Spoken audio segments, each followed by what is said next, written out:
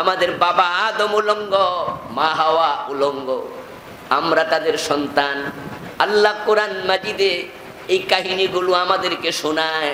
এটা তো লজ্জার কাহিনী।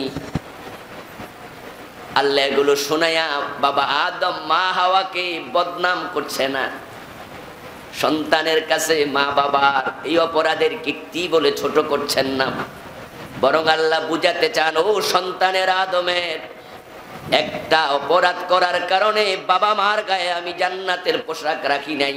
তোমরা যারা জান্নাতে আসার স্বপ্ন দেখো, তোমরাও সাবধান, সাবধান। একটা করছে, আমি পোশাক খুলে নিয়েছি। কিন্তু আবার আল্লাহ তাআলা তাদের দুজনকে ক্ষমা করলেন, দুজনকে আবার জান্নাতের মেহমান বানালেন। তাদের কবর জান্নাতের টুকরো হয়ে আছে, তারা মুক্তিপ্রাপ্ত মাসুম হয়ে গেলেন। বিপরীতে শয়তানও একটা কথা শোনে নাই, সে কিন্তু রক্ষা পায় নাই, সে কাফের হয়ে গেছে, সব আমল বরবাদ, সে হবে জাহান্নামী।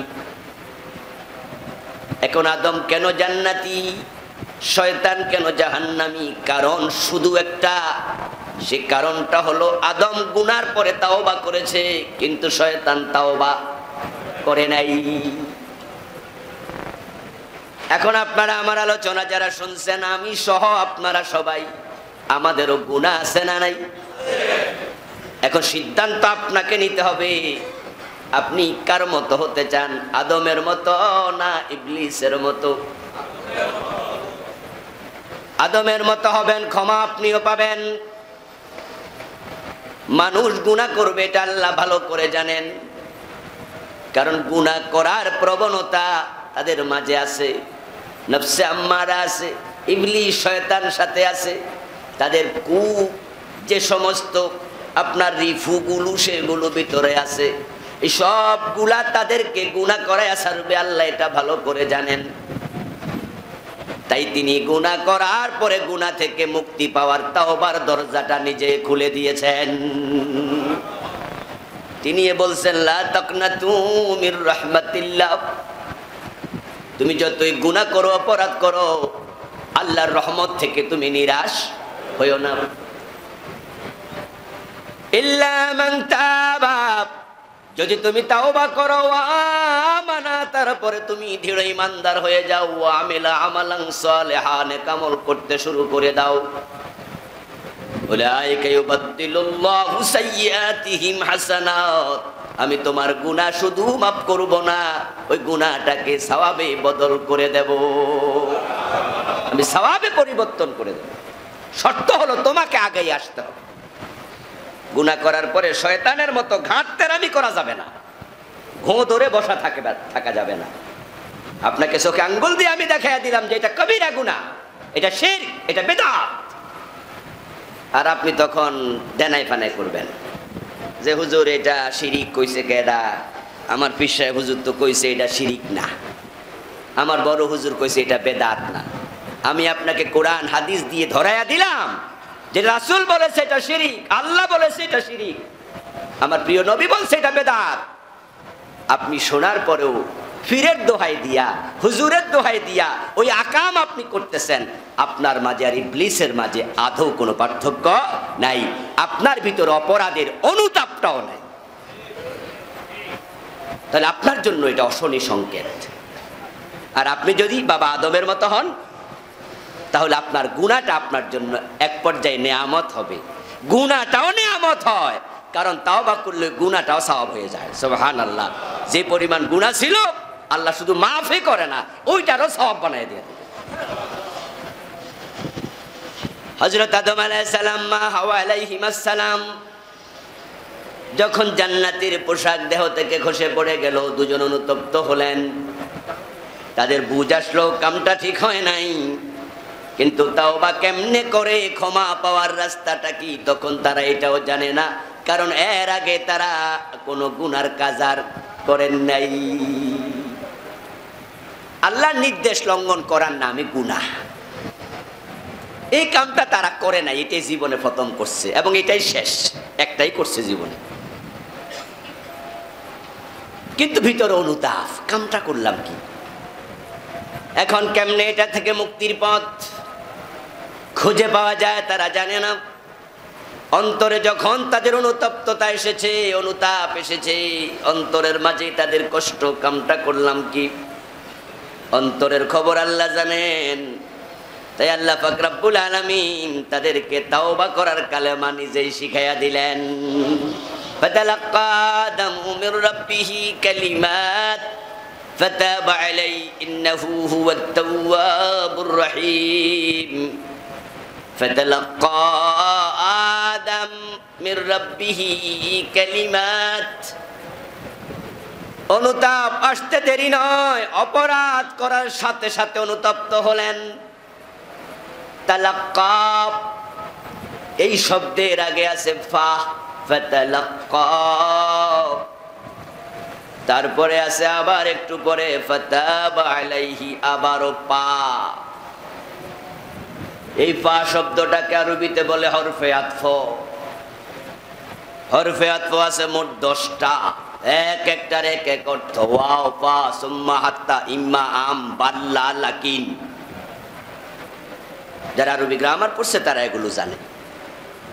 ওয়াও লিল জামঈ, ফা লিল ফাওরি, সুম্মা লিত তারাখি, আলা লিল উজুবি। হরফে জার, হরফে আতফ, হরফে মুশাব্বা বিল ফিল, অর্থ এক একটার এক এক রকম। ওয়াও শব্দ আসে একত্রিত করার জন্য। যা যাইদুন ওয়া আমরুন ওয়া বাকরুন, বাংলা অর্থ হলো জায়েদ এসেছে এবং আমর এসেছে এবং বকর এসেছে। এখানে সবাই আগমন একসাথে বোঝানোর জন্য ওয়াও শব্দ ব্যবহার হয়েছে। কে আগে আসছে কে পরে আসছে কোনো সিরিয়াল নাই, সবাই একসাথ করে দিছে। কিন্তু যদি পিঁপড়ার মতো দল বেঁধে আসতো, পিঁপড়া যখন দল বেঁধে চলে তখন কি একসাথে চলে না, সিরিয়ালে চলে। এটা বোঝানোর জন্য আসে পা, ফা লিল ফাউর, যা বাকরুন, ফা আমরুন, ফা যাইদুন। তখন অর্থ দাঁড়াবে 3 জন আসছে, তবে সিরিয়াল ছিল আগে বকর, তারপরে আমর, তারপরে যায়েদ, সিরিয়াল। এটা বোঝানোর জন্য হলো ফা। তবে তারা এক একজন দূরত্ব 10 হাত 12 হাত ছিল তা নয়, তারা একসাথে আসছে কাছাকাছি, কিন্তু সিরিয়াল। এখন বকর 10 হাত আগে, আমর 10 হাত পরে, যায়েদ তার 10 হাত পরে। এরকম যদি সিরিয়াল হতো তাহলে ফা হবে না, তাহলে হবে সুম্মা যা বাকরুন, সুম্মা আমরুন, সুম্মা যাইদুন। কথা কি বুঝেন? আমি আল্লাহর আয়াত বুঝাবো তো, তাই এই কথাগুলো বলছি। সিরিয়াল হবে বিরতির সাথে, সেখানে আসবে সুম্মা, সুম্মা লিতারাখি। সিরিয়াল আছে, বিরতি নাই, এটা হলো ফা। ফাতালাক্কা আদামু মির রাব্বিহি কালিমাত ফাতাবা আলাইহি। আল্লাহ সুম্মা বলে নাই, কি বলেছে? কথা কি বুঝাইতে পারতেছি আমি? তাহলে জবাব দেন। আল্লাহ কি বলেছে? ফা বলেছে। তাহলে বোঝা যায় অপরাধ করার পরে গায়ের পোশাক খসে গেছে। হযরত আদমের অন্তরে অনুতাপ আসতে দেরি হয় নাই। যখন আল্লাহ দেখেছেন আদম অনুতপ্ত, কিন্তু তাওবা কেমনে করবে জানে না। ফাতালাক্কা আদামু মির রাব্বিহি কালিমাত, আমার আল্লাহ দেরি করে নাই, তাওবার কালেমা শিখাইয়া দিছে। অপরাধ করছে, অন্তরে চিন্তা আসছে, করলাম কি, আমার আল্লাহ কয় বাঁচতে চাস, তাহলে যা কিছু কালেমা শিখাইয়া দিলাম। قال ربنا ظلمنا أنفسنا وإن لم تغفر لنا وترحمنا لنكونن من الخاسرين। سبحان الله। কি কালেমা শিখাইছে আল্লাহ কোরআনে বলতেছে। আমি আল্লাহ তাদেরকে কালেমা শিখালাম, সে দুটি, সে কালেমা হলো তারা দুজনে বলেছে ও আমাদের রব, নফসের উপর জুলুম করে ফেলছি। সুবহানাল্লাহ। জুলুম করে ফেলেছি, অন্যায় তো করে ফেলেছি। তুমি তো বলেছিলে গাছের কাছে যাওয়া যাবে না, আমরা তো গিয়ে গেছি। শুধু যাই না, আমরা তো খেয়ে ফেলছি। আমরা তো চলে গেছি গাছের কাছে, ফলও খেয়ে ফেলেছি। নফসের উপর জুলুম তো হয়ে গেছে। ও আমাদের রব, ওয়া ইল্লাম তাগফির লানা, যদি তুমি ক্ষমা না করো, লানাকুনান্না মিনাল খাসিরিন, আমরা ক্ষতির মাঝে পড়ে গেছি, এখান থেকে বাঁচার ক্ষমতা আমাদের আর নাই।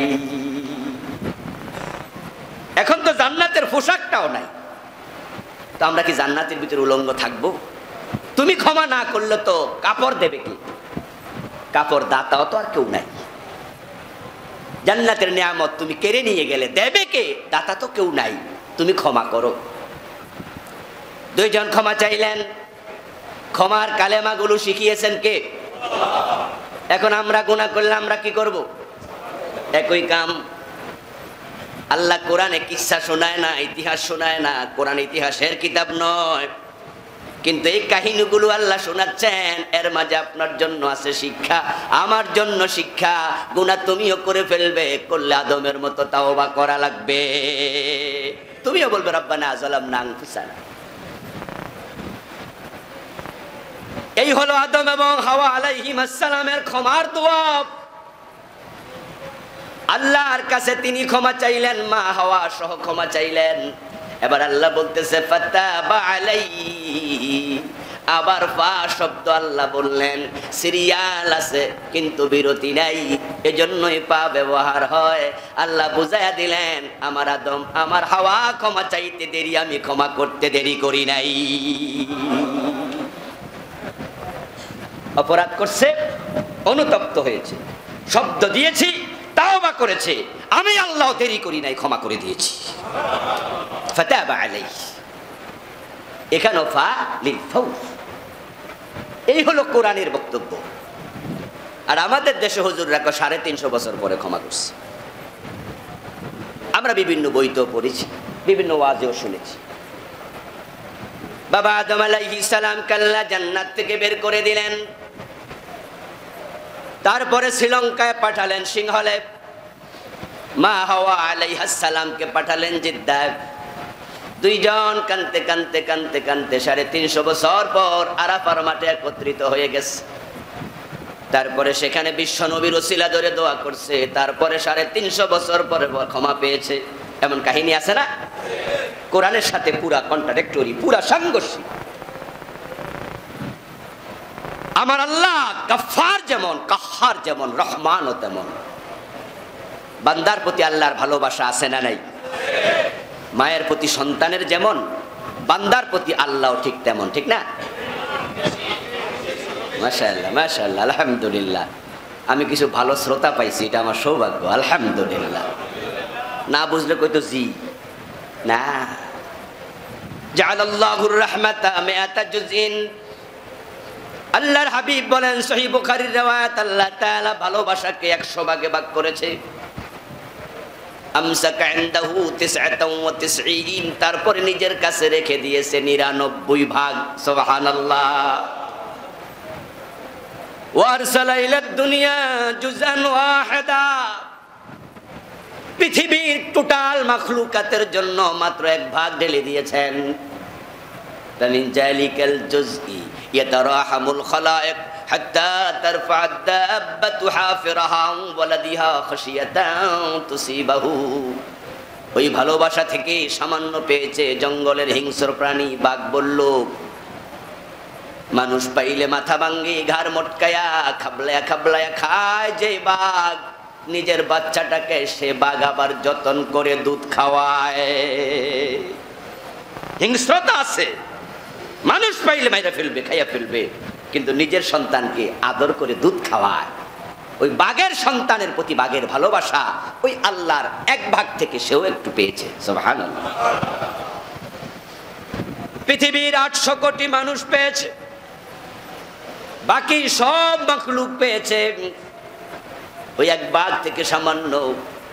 আর ওটুকু ভালোবাসার কারণে যদি মা নিজে মরতে রাজি হয়, সন্তান মরতে দেয় না। মুরগিটা কাক পাখির সাথে, চিলের সাথে নিজের বাচ্চা বাঁচানোর জন্য যুদ্ধ শুরু করে দেয়। নিজের বাচ্চা বাঁচানোর জন্য মা মুরগি যুদ্ধ করে। মুরগিটা জানে না, হতে পারে চিল পাখিটা তাকেও ছোঁ মেরে নিয়ে যেতে পারে। নিজের জান দিতে রাজি, বাচ্চাকে মরতে দিতে রাজি না। পেয়েছে ওই 1 ভাগ থেকে বড়ই সামান্য। আর আমার আল্লাহর কাছে আছে 99 ভাগ রহমত। 350 বছর কানবে, তিনি ক্ষমা করবে না? আমার আল্লাহ এত নিষ্ঠুর না, তিনি রহমান। গত জুমায় বলেছি তিনি কাহ্হার, তিনি বড় নির্দয়। আর আজকের এখানে হবে, গত জুমায় এই শব্দটা এসেছিল যে তার হৃদয়হীন তিনি, নিষ্ঠুর তিনি। কখন? হাসরের ময়দানে যখন প্রকাশিত হবেন, তার কাহ্হার সুরত থাকবে, রহমতের সিটা ফেটা থাকবে না। আদম নবী চিৎকার দিয়ে বলবে ইয়া নফসি, লোকজনকে বলবে ইন্না গাদাবি, ইন্না রাব্বি গাদাবাল ইয়াউমা গাদাবান লাম ইয়াগদাব ক্বাবলাহু কাত্তু ওয়া লা ইয়াগদাবা বাদাহু কাত্তু। আদম নবী বলবেন সন্তানদেরকে, তোমরা আমার কাছে এসেছো, সুপারিশ করব আমি। আমার রবকে আমি আজকে দেখেছি এমন রাগান্বিত, এরকম রাগ তিনি জীবনে কখনো আর আমি দেখিনি, তিনি কখনো দেখান নাই ইতিপূর্বে। এই রাগ ভবিষ্যতে কখনো দেখাবেন না। আজকে তার অন্তরে সামান্য ভালোবাসা নাই। আমি আদম পারবো না কথা বলতে, আমার সাহস নাই। কিন্তু আবার এই নামটা আল্লাহ যখন তাওবা কবুল করেন তখন আল্লাহর থাকে না, তখন থাকে আল্লাহর নাম রহমান। সুবহানাল্লাহ। তখন থাকে ইন্নাহু তাওয়াব, ফাতাবা আলাই ইন্নাহু হুয়াত তাওয়াবুর রহিম। আল্লাহ তাআলা তাওবা কবুলের খবর দিয়া তারপরে নিজের দুটা নাম উল্লেখ করেছেন, একটা হলো তাওয়াব আর একটা হলো রহিম। বান্দা যখন তাওবা করে আল্লাহ তখন কাহ্হার থাকে না, আল্লাহ তখন তাওয়াব হয়। সুবহানাল্লাহ। তাওয়াব ইসমে ফাইল মুবালাগা, বাংলা অর্থ হলো বেশি বেশি তাওবা কবুলকারী, করতে দেরি, কবুল করতে দেরি করে না। আদম আলাইহিস সালাম শ্রীলঙ্কায় এসেছে, এই কথারও কোনো ভিত্তি নেই। 350 বছর কেঁদেছে, তারপর আরাফায় গেছে, ভিত্তিহীন গল্প। এগুলো একবারে বাজে কথা, বানানো কথা, গল্পকারদের গল্প মাত্র। আদম আলাইহিস সালাম শ্রীলঙ্কায় এসেছে, শ্রীলঙ্কার মুসলমানরা এটা জানে না। আমি গেলাম আদম আলাইহিস সালামের পা দেখার জন্য, ডামস পিক, শ্রীলঙ্কার কলম্বো থেকে 250 থেকে 300 কিলোমিটার দূরে বিশাল পাহাড়। উঠতে আমার সময় লেগেছিল 4 ঘন্টা 10 মিনিট। 7,500 ফিট উঁচু। আমার সাথে আরেকজন ব্যবসায়ী ছিল হিল ট্যাক্সের, দুজন মিলে উঠতে শুরু করলাম। অর্ধেক ওঠার পর আর পারি না, উনি আমার টাইনা টাইনা পরে তুলছে। এত উঁচু উঠে দেখি আসলে কোনো ঠ্যাংম্যাং কিছু নেই। আদম আলাইহিস সালামের কোনো পা সেখানে নেই। ওখানে আছে একটা বৌদ্ধ মন্দির, তারা বলছে এটা শ্রীপাদা, এখানে বৌদ্ধের পা আছে। আমার ড্রাইভার ছিল মুসলিম, 2 দিন তাকে রিজার্ভ নিয়েছিলাম গাড়িটা। তাকে বললাম যে আমরা আদমের পা দেখতে যাব। সে বলতেছে আদমের পা আবার এই দেশে আসলো কবে? আমরা বললাম তোমরা জানো না? আমরা তো জানি। দেশ আমাদের, জানো তোমরা? এখানে আমাদের জন্ম, এখানে আমাদের বেড়ে ওঠা, আমরা কোনোদিন শুনিনি আদমে দেশে আসছে। পরবর্তীতে যা আমি দেখলাম, সেখানে বৌদ্ধরা সেখানে জাস্ট পূজা করছে, অর্চনা করছে। এটা ওদের সরকারের একটা চালাকি, তারা টুরিস্টদের থেকে কিছু 2 পয়সা কামাই করছে, আর কিচ্ছু না। আবার আদম আলাইহিস সালাম তো ল্যাংড়া ছিলেন না যে উনি 1 পা হবে, চিহ্ন থাকলে 2 পায়ের থাকবে। ইব্রাহিম আলাইহিস সালামের 2 পায়ের চিহ্ন কাবার সামনে আছে কিনা?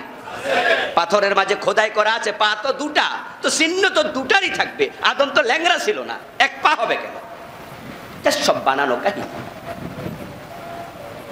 আদম আলাইহিস সালাম কানতে কানতে সেখানে গেলেন, মা হাওয়া জেদ্দা থেকে গেলেন।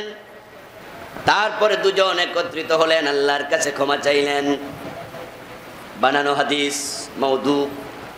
লাম্মা ইখতারাফা আদমুল খাতিয়া قال يا رب بحق محمد لما غفرت لي قال تعالى كيف عرفت محمد ولم أخلقه قال لما خلقتني بيدك ونفخت في من روحك رفعت رأسي فرأيت على قوائم العرش مكتوبا لا إله إلا الله محمد رسول الله فعلمت إنك لم تضف إلى اسمك إلا حب الخلق إليك قال تعالى صدقت يا آدم لولا محمد لما خلقتك।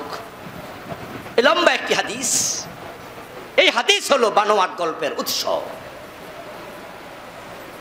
মা হাওয়া বাবা আদম বলছে, আল্লাহ আমরা তো গুনাহ করে 350 বছর ক্ষমা চাইলাম, ক্ষমা পাইলাম না।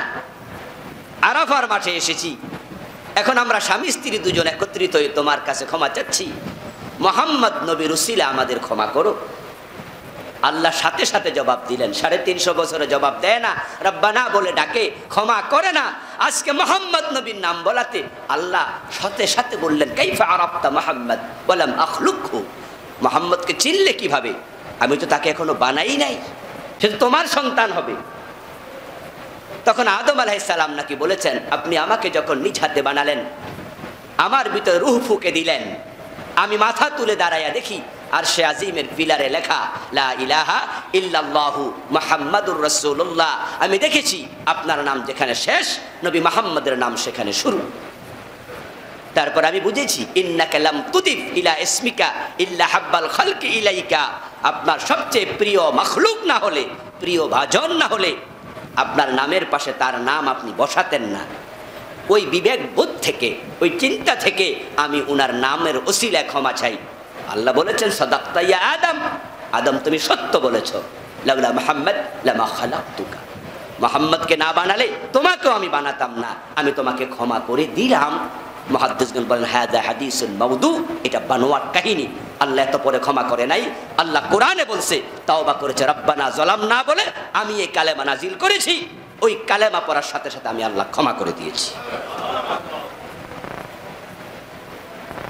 এই জন্য সুন্নাহ আমাদের মাঝে প্রচলিত। এই যে আমার সামনে আপনারা বসে আছেন, বলুন তো আমরা যখন গুনাহ করি, গুনাহ করার পরে আমরা ও আল্লাহ নবী মুহাম্মদুর রাসূলুল্লাহ মাফ করো, এই দোয়াটা বেশি করি না রাব্বানা যালামনা আনফুসানা বেশি করি?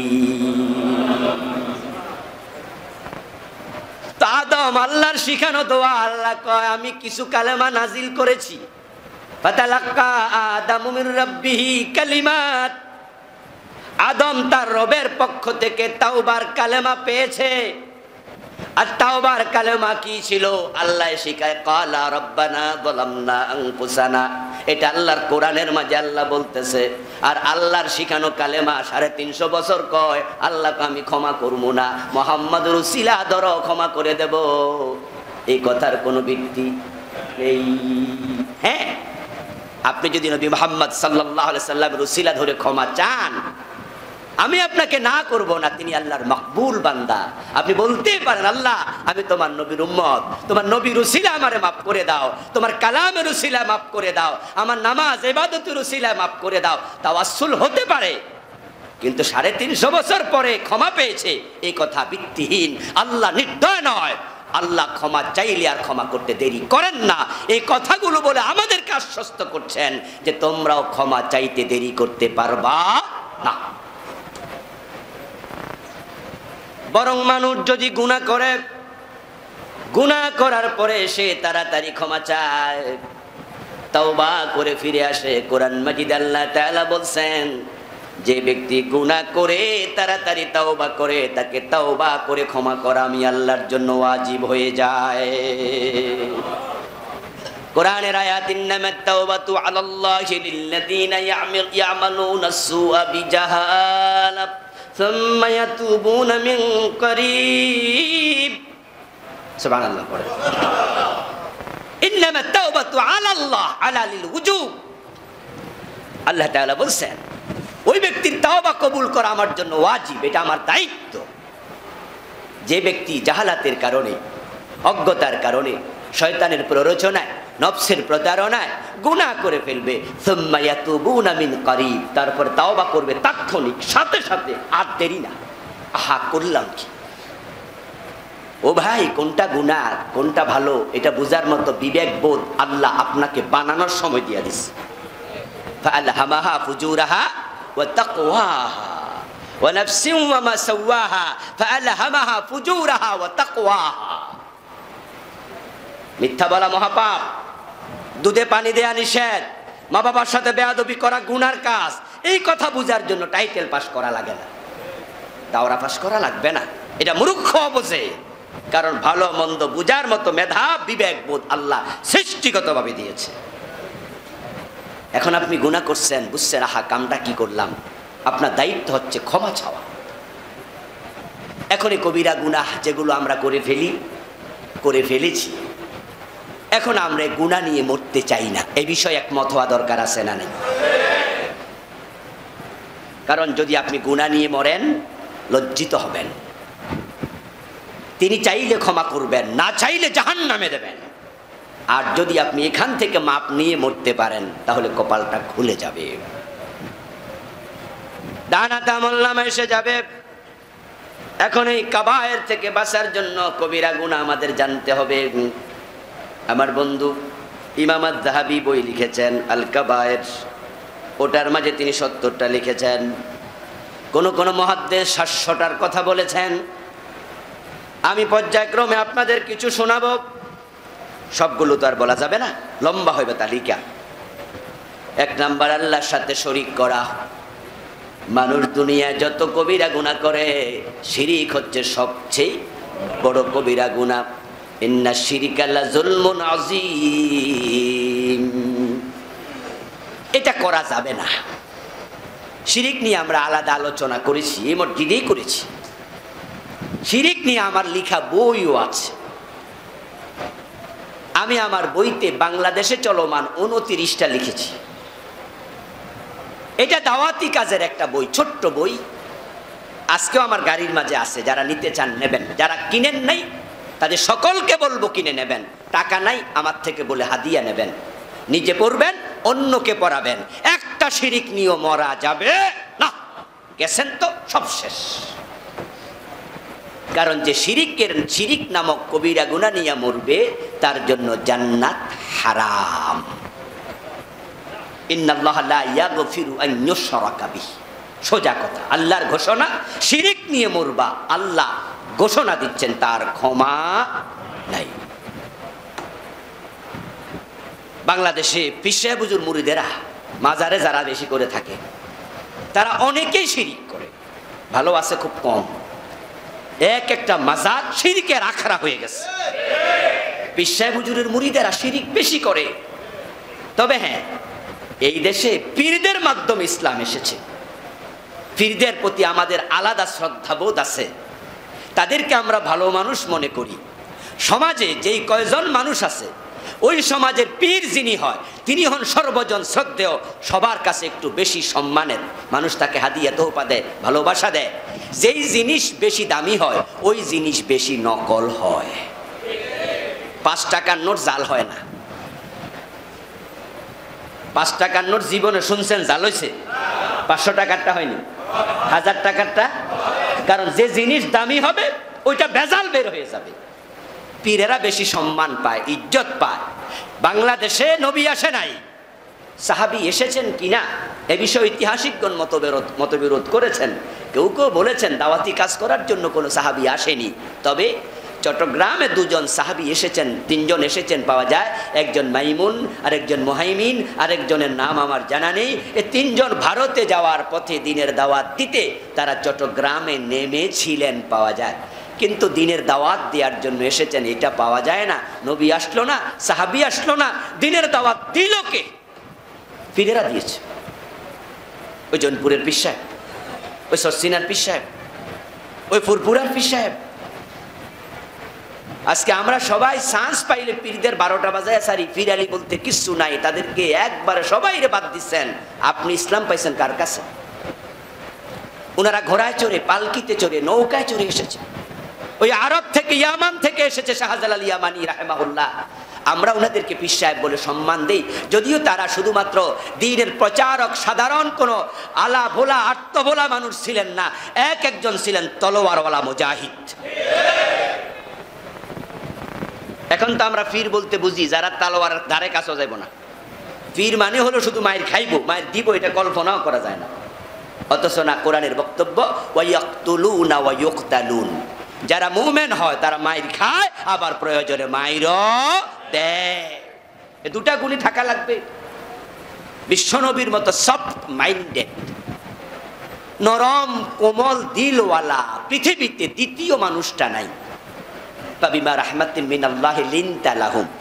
আল্লাহ নিজে বলে, ও নবী, আপনার উপর আল্লাহর স্পেশাল রহমত, আপনি বড় কোমল, আপনার মনটা দয়ায় ভরা।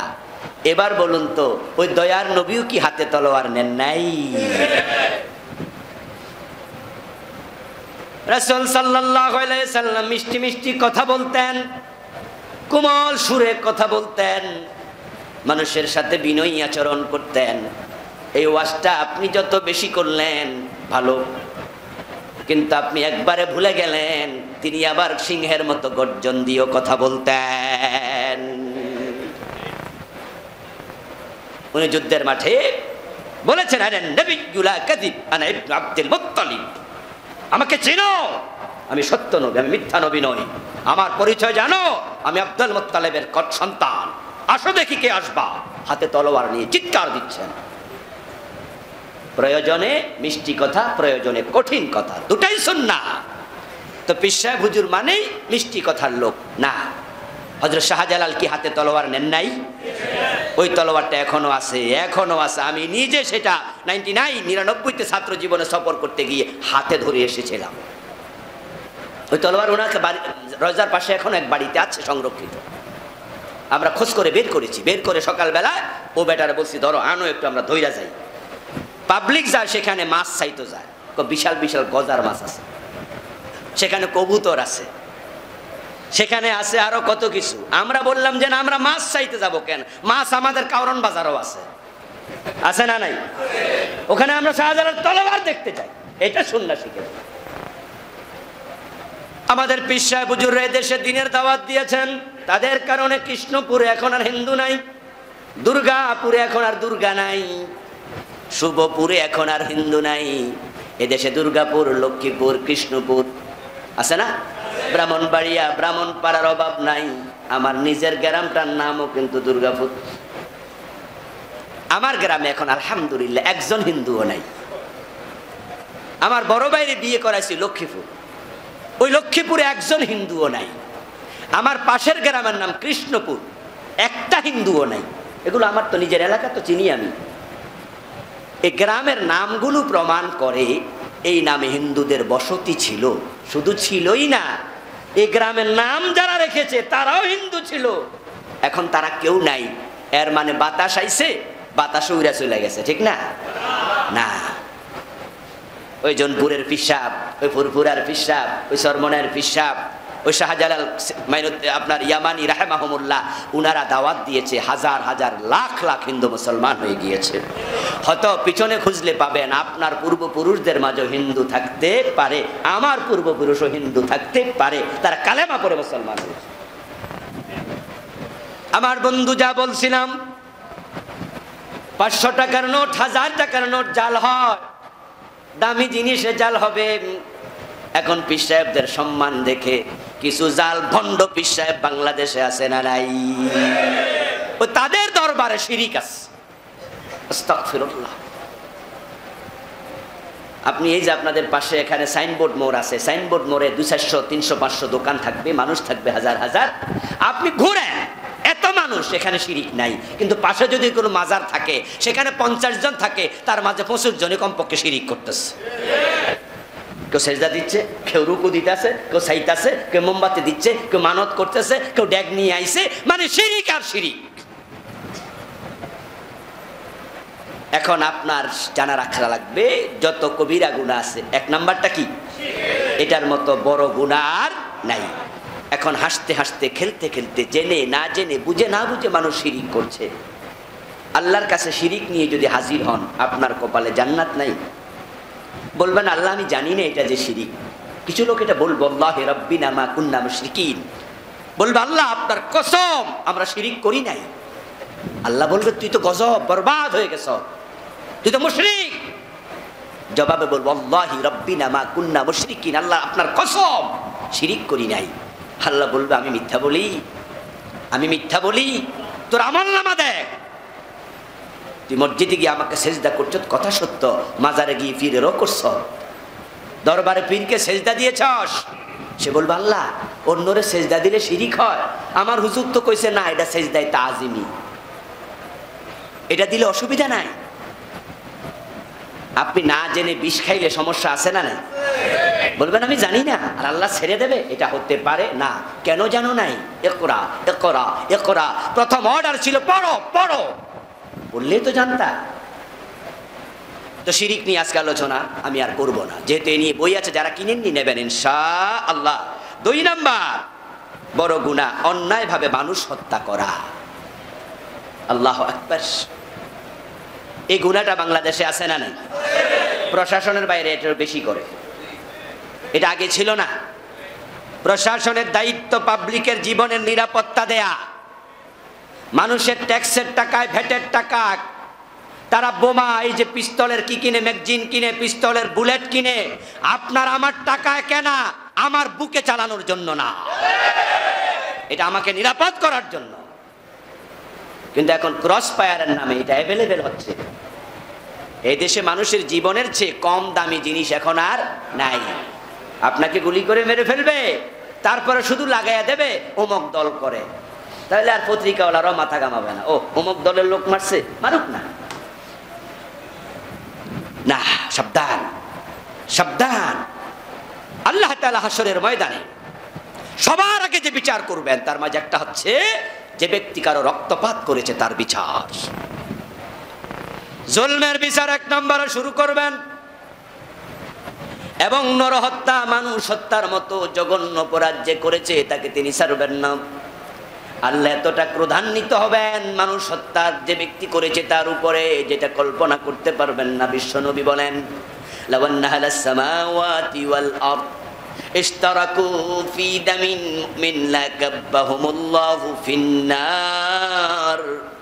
আল্লাহ সেদিন এতটা রাগান্বিত হবেন হত্যাকারীর উপরে, জান দিয়েছি আমি, কতল করার অধিকার তোমারে কে দিয়েছে, জবাব দাও। এতটা রেগে যাবেন। বিশ্ব নবী বলেন, আকাশের সকল ফেরেশতা, জমিনের সকল মাখলুক যদি একজন মুমিনের রক্তে একত্রিত হয়, একজন মুমিনের হত্যা একত্রিত হয়, তলোয়ার হাতে দিয়েছে একজনের, যা যা অমুকের কল্লাটা কেটে ফেল, আর আমরা তোর সাথে আছি, তাহলে হত্যায় সবাই শামিল হয়ে গেল।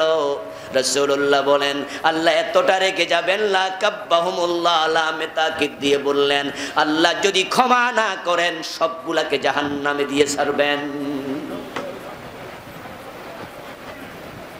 কোরআনের বক্তব্য, মান কাতালা নাফসান বিগাইরি নাফসিন আও ফাসাদিন ফিল আরদ ফাকান্নামা কাতালান নাস জামিআ।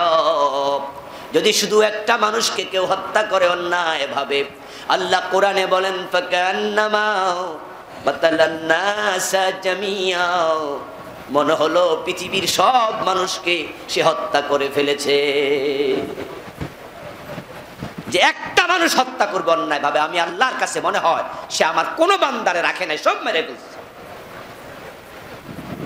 ওয়ামান আহইয়াহা ফাকান্নামা আহইয়ান নাস জামিআ। তারপর আল্লাহ তাআলা বলেন, যদি একটা প্রাণ কেউ বাঁচায়া দেয়, সহযোগিতা করে, ব্লাড দিয়েছে, অসুস্থ মানুষ রক্ত লাগবে, দৌড়াইয়া যাও, রক্ত দেওয়ার জন্য দৌড়াও। চিকিৎসার টাকা নাই, টাকা নিয়ে দৌড়াও।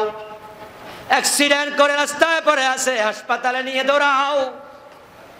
মান আহইয়াহা, হিন্দু হোক আর বৌদ্ধ হোক, নফস, ব্যক্তি, আল্লাহর কাছে সব মানুষ, হিন্দু বৌদ্ধ খ্রিস্টান সব আল্লাহর পরিবারের সদস্য। তাই মান কাতালা নাফসান শব্দটা বলা হয়েছে, মান কাতালা মুমিনান এখানে বলা হয় নাই। একটা মানুষ যদি মারো অন্যায় ভাবে, হিন্দু হলেও বৌদ্ধ হলেও, আল্লাহ তোমার উপর ক্রোধান্বিত হচ্ছেন। তিনি বলছেন যেন সব মানুষ মেরে ফেলেছে। আর একজনকে যদি বাঁচায়া দাও, আল্লাহ বলেন সে যেন তামাম দুনিয়ার মানুষের প্রাণ ফিরিয়ে দিয়েছে। ফাকান্নামা আহইয়ান নাস জামিআ। ইসলাম তো এই জন্যই মানবিক ধর্ম। ইসলাম বিনা প্রয়োজনে গাছের পাতা ছিঁড়তে নিষেধ করে। আল্লাহর হাবিব সাল্লাল্লাহু আলাইহি ওয়াসাল্লাম বলেছেন, বিনা প্রয়োজনে একটা চড়ুই পাখি মারবা না।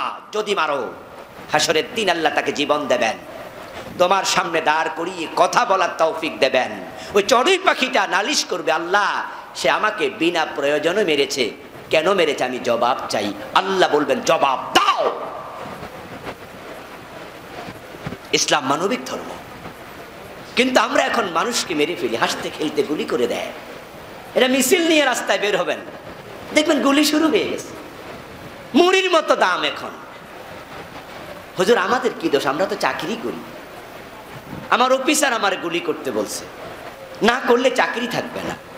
অফিসার বলে হুজুর আমার কি দোষ, নেতা আমারে কইছে গুলি করতে, না করলে তো ট্রান্সফার করবে, চাকরি থাকবে না, বিপদে ফেলে দেবে। তোমার চাকরির জন্য, বেতনের জন্য মানুষের বুকে গুলি করবা? আমি তোমাকে বলি এই চাকরি ছেড়ে দাও, তুমি চা দোকানদারি করে জীবন কাটাও, চাকরি ছেড়ে পান দোকান দাও। সেদিন রাজ্জাক তোমাকে বলবে রিজিকওয়ালা কে ছিল? তোর অফিসার ছিল। তোর অফিসার কি তোর রিজিক দিত? না আমি আল্লাহ দিতাম।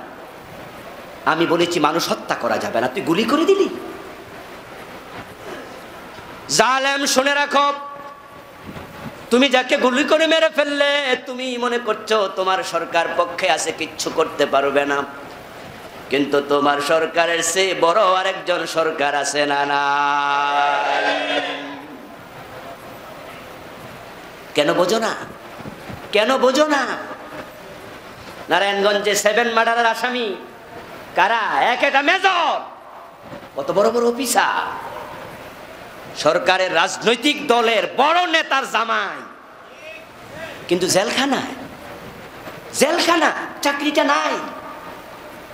যথাযথ বিচার হলে ফাঁসি হয়ে যাবে। এর মানে কি? তোমার সরকারও বাঁচাতে পারবে না, বড় আরেক সরকার আছে যিনি দেখে মিরপুরের ওসি সালাউদ্দিন কত লোক মারছে, বিনা প্রয়োজনে পিটাইছে, রিমান্ডে দিছে। কি হলো? হলি আর্টিজেন মামলা, আর্টিজেন হামলা হলো। ও বেটার নিজের থানা না, আরেক থানা কন্ট্রাক্টারি করতে গেছে, চালাকি করতে গেছে, ওখানে বোম ব্লাস্ট হলো, সে জায়গায় চলে গেল। সামনে ঈদ ছিল, বাচ্চা ঈদ করতে পারেনি বাপকে নিয়ে। এর মানে কি? আমি ওসি সালাউদ্দিনকে হত্যা করেছে যারা, তাদেরও বিপক্ষে, তারাও জালেম, তারাও জঙ্গি। কিন্তু আমি বুঝাতে চাচ্ছি, তুমি যখন কাউকে এক আঙ্গুল দিয়ে বলো তোরে খাইছি, বাকি 3টা আঙ্গুল তোমার দিকে তাকায়া কয় তোরে আমরা খাইছি। কথা বোঝেন? আপনি এরকম কয় না তোরে খাইছি রে, আঙ্গুল সামনে 2টা যায় আর 3টা আপনার দিকে ফিরে থাকে। ওই 3টা কয় অপেক্ষা কর, আমরাও আছি। জুলুম বড় জঘন্য, জুলম জুলুমাত, জুলুম অন্ধকার। কোন মানুষকে হত্যা করার আগে ভাববা 100 বার, 200 বার, 500 বার আমি কাকে মারছি। তার সন্তান আছে, স্ত্রী আছে, মা আছে, তাদের চোখের পানি আল্লাহ দরবারে চলে গেল, আমার উপায়।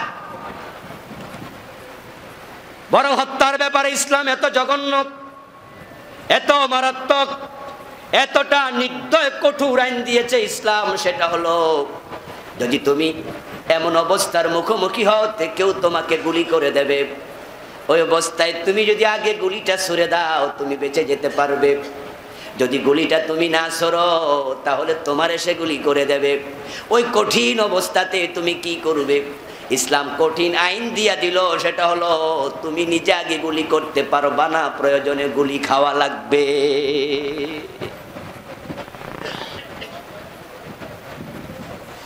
ইসলাম জঙ্গিবাদের পক্ষে নয়। এই জন্যই তো যখন শায়খ আব্দুর রহমানেরা 500 জায়গায় বোমা ফুটাইছে, সিনেমা হলে বোমা ফুটাইয়া মানুষ মারছে, বিচারক মারছে বোমা ফুটাইয়া, এ মসজিদের মিম্বার গুলো থেকে 3.5 লাখ খতিব আমরা সবাই বিরোধিতা করেছি। নিরীহ মানুষ হত্যা অসম্ভব, ইসলাম বলেনি এটা। যদি শায়খ আব্দুর রহমান নিরীহ মানুষ মারলে সে জঙ্গি হয়, তোমরা যারা আইনের নামে মানুষকে গুলি করো তোমরা কি সঙ্গী? তোমরাও জঙ্গি। একই মাসালা, একই মাসালা। নিরীহ মানুষ আপনি মারলে আপনি জঙ্গি, আমি মারলে কি আমিও জঙ্গি, একই মাসালা। আইনের দোহাই দিয়ে সাবধান মুসলমান, এই ভিডিওর মাধ্যমে লাখ লাখ মানুষের কানে মেসেজ যাবে, যার কাছে যায় আমি তাকে বলছি থেমে যাও, থেমে যাও দোস্ত। আল্লাহু আকবার কবীরা। রাসূলুল্লাহর কাছে এক ব্যক্তি গিয়ে প্রশ্ন করছে, ইয়া রাসূল, যদি এমন অবস্থা হয় কেউ তলোয়ার হাতে নিয়ে আমাকে জবেহ করতে এসেছে, আমি নিশ্চিত দেখছি সে মরে, সে আমাকে মেরে ফেলবে, হত্যা করবে, এই অবস্থায় আমি আপনার কাছে জানতে চাই যদি আমি তাকে আগে তলোয়ার দিয়ে কোপ মেরে দেই তাহলে আমি নিরাপদ, সে মরে যায়, আমি যে তাকে তার তলোয়ার চালানোর আগে তলোয়ার চালাইয়া মেরে ফেললাম সে অনুমতি আছে কি? বিশ্ব নবী বলেন না। ইয়া রাসূলুল্লাহ, তাহলে সে তো আমারে মেরে ফেলবে, আমি নির্দোষ, কিন্তু সে তলোয়ার নিয়ে এসেছে, তীর নিয়ে এসেছে, আমারে মেরে ফেলবে। এখন আমাকে অনুমতি দেন, আমি আগে মাইরা ফেলি। রাসূল বলে না, সেটার অনুমতি নাই। তাহলে আমি কি করব? বিশ্বনবী বলেন, তুমি আদমের উত্তম সন্তান হাবিলের মতো হয়ে যাও। আদমের উত্তম সন্তান, ভালো সন্তান হাবিল।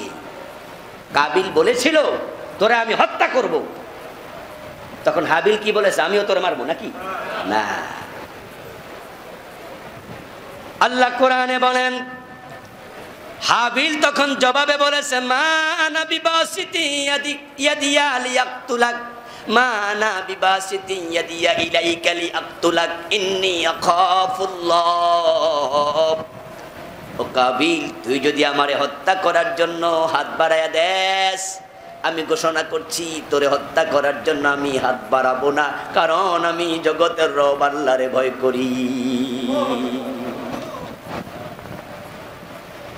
যে আপনাকে মারতে আসছে সে হলো জালেম। আপনি যদি বিনা দোষে মাইর খান, আপনি মাজলুম, সে কি? কথা বলেন, সে কি? জালেম, যে আপনারা মারতে আইছে। আচ্ছা, হে মারার আগে যদি আমনে মাইরালান, এখন জালেম কেডা? বিশ্বনবী বলেন, তুমি আদমের ভালো ছেলে হাবিলের মতো হও। এবার বলুন তো, কাবিল কি হাবিলকে হত্যা করেনি? ওমা জানেন না নাকি? কথা বলেন না কেন? হত্যা করছে কিনা? রাসূলের বক্তব্য হলো মইরা যাইবা, মারবা না। কারণ সে যদি তোমাকে মেরে ফেলে, তুমি মাজলুম হইয়া মরছো, কোনো লস নাই, কোনো লস নাই। এখানকার জীবনটা শেষ হওয়ার সাথে সাথে আমি আরেকটা জীবন সাথে সাথে দিয়ে দেব, সাথে সাথে ট্রান্সফার। আমেরিকার বিমানবন্দরে নেমেছেন, ইমিগ্রেশন পুলিশ যদি আপনাকে বলে গো ব্যাক, ফিরে যাও, তাহলে আমেরিকায় যাওয়া হয় নাই, বিমানবন্দর থেকে আবার বাংলাদেশ। আর যদি ইমিগ্রেশন পুলিশ একটা সিল মাইরা দেয়, তাহলে আপনি কোথায়? কথা বলেন না ভাইরা, কোথায়? ওই যে অনেকের কয় স্বপ্নের দেশ। আপনি আপনার স্বপ্নের দেশে ঢুকেছেন, ইমিগ্রেশন পুলিশ সিল দিয়েছে, শাহাদাত এজ লাইক এজ। সে জালেম তোমাকে হত্যা করবে, আমি আল্লাহ নতুন জীবনে সিল দিয়া দেব, এমন জীবন পাবে, শান্তি আর কোনোদিন শেষ হবে না। তো লস কোথায়? কিন্তু তুমি যদি জালেম হও, উপায় আমার ভাইরা, কতলা নফস করা যাবে না। অন্য মানুষকে হত্যা করা যেমন গুনাহ, আত্মহত্যাও সমান গুনাহ। এই জন্য আত্মহত্যা করা যাবে না। রাসূলুল্লাহ সাল্লাল্লাহু আলাইহি ওয়াসাল্লাম বলেছেন, যদি কোনো ব্যক্তি আত্মহত্যা করে, সে যা দিয়ে নিজেকে হত্যা করবে, জাহান্নামে নিয়া ওই শাস্তিটা আল্লাহ তাকে আবাদুল আবাদ দিতে থাকবেন। কেউ যদি বিষ পান করে মরে যায়, জাহান্নামের আগুনের ভিতরে আল্লাহ তার হাতে বিষের বোতল ধরাইয়া দেবে, খাইবে, খাইবে, মরবে, আবার জীবিত হবে, আবার মরবে, আবার জীবিত হবে, আবার মরবে। অর্থাৎ এই শাস্তিটা চলবে। ওই মৃত্যুটা মৃত্যু নয়, এটা হচ্ছে শাস্তি। কেউ ফাঁসি দিয়েছে, জাহান্নামের আগুনের ভিতর আল্লাহ ফাঁসিতে লটকায় রাখবে, জিহ্বা বের হয়ে থাকবে। এই জন্য আত্মহত্যার ব্যাপারে সাবধান। আত্মহত্যা কোনো সমাধান নয়। মানুষ আত্মহত্যা কেন করে? ঝামেলা থেকে বাঁচতে চায়। আত্মহত্যা মানুষ করে জীবনের উপরে তার সব আপনার আনন্দ উচ্ছ্বাস হারিয়ে যায়। সে মনে করে না বাইসা আমার আর লাভ নাই, সে মরে বাঁচতে চায়, মরে সে অন্যায় থেকে, টেনশন থেকে মুক্ত হতে চায়। আত্মহত্যা কেন করলো? সে টেনশন মুক্ত হবে।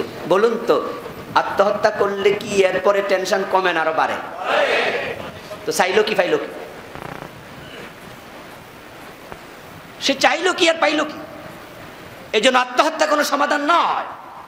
অনেকে আছে জীবনের সাথে যুদ্ধ করতে গিয়ে হেরে যায়, শেয়ার বাজার ধস নেমেছে, আত্মহত্যা করে মরে গেছে, এমন পত্রপত্রিকা আমরা দেখেছি। না ভাই, এটা করবেন না, হারাম কুল্লু। অন্যকে মারা যেমন হারাম, এটাও হারাম। ঠিক একইভাবে সন্তান হত্যা হারাম। ওয়াইদাল মাউউদাতু সুইলাত বিআইয়ি যামবিন কুতিলাত। সন্তান হত্যা করছে খাদ্যের ভয়ে, পেটে আসছে, লজ্জা, চক্ষু লজ্জা। চক্ষু লজ্জা কি? বড় ছেলেটা ইন্টারমিডিয়েটে পড়ে, মেয়েটা অনার্সে পড়ে, ছেলে বিয়ে দিয়ে দিয়েছি, নাতি হয়েছে, এখন যদি আমার পেটে বাচ্চা হয় তাহলে হাসাহাসি করবে, আমার শ্বশুরেরও বাচ্চা হয়েছে, বাড়িতে গল্প করবে, লজ্জা লজ্জা, তা হাসপাতালে গিয়ে মেরে ফেলে, এমনও কিছু লোক আছে না নাই? তুমি লজ্জার ভয় থেকে বাঁচার জন্য করলা কি? সন্তান পেটে এসে গেছে, কে খাওয়াবে কে খাওয়াবে, আমি গরিব মানুষ, কেমনে কি হবে, মেরে ফেলো। হাসপাতালে গিয়ে অবসান করে ফেলছে। আল্লাহ তাআলা কিয়ামতের দিন বাচ্চাটাকে আপনার সামনে হাজির করবে, কথা বলার অধিকার দেবে, সুযোগ দেবে। ওই বাচ্চা বলবে বিআইয়ি যামবিন কুতিলতা, কুতিলতু বিআইয়ি যামবিন কুতিলতু। বাচ্চা বলবে যে আমাকে কেন হত্যা করা হয়েছে। আল্লাহ বলছে বিআইয়ি যামবিন কুতিলাত, তাকে কেন হত্যা করা হয়েছে। ও বাবা জবাব দাও। বড় ভাইকে খাওয়াইতে পারছো? আমার ছোট ভাইকে পেরেছো? আমি কি খুব বেশি খেয়ে ফেলতাম? ও বাবা কেন আমাকে মেরেছো, জবাবটা দাও। জবাব দিতে পারবেন তো? আল্লাহ বলবে প্রাণ আমি দিয়েছি, তুই কেড়ে নিয়েছস, ওই প্রাণ তুই দে। পারবেন না। এই জন্য এই কবিরা গুনাহ থেকে বাঁচতেই হবে। ইনশাআল্লাহ আমরা সামনে ধারাবাহিক আলোচনা করব। আল্লাহ তাআলার কাছে দরখাস্ত করি, আল্লাহ যাবতীয় কাবায়ের থেকে আমাদের হেফাজত করুন। যেগুলো করে ফেলেছে আল্লাহ তাওবা করার তৌফিক দিন। আল্লাহুম্মা আমিন। ওয়াসসালামু আলাইকুম ওয়া রাহমাতুল্লাহ।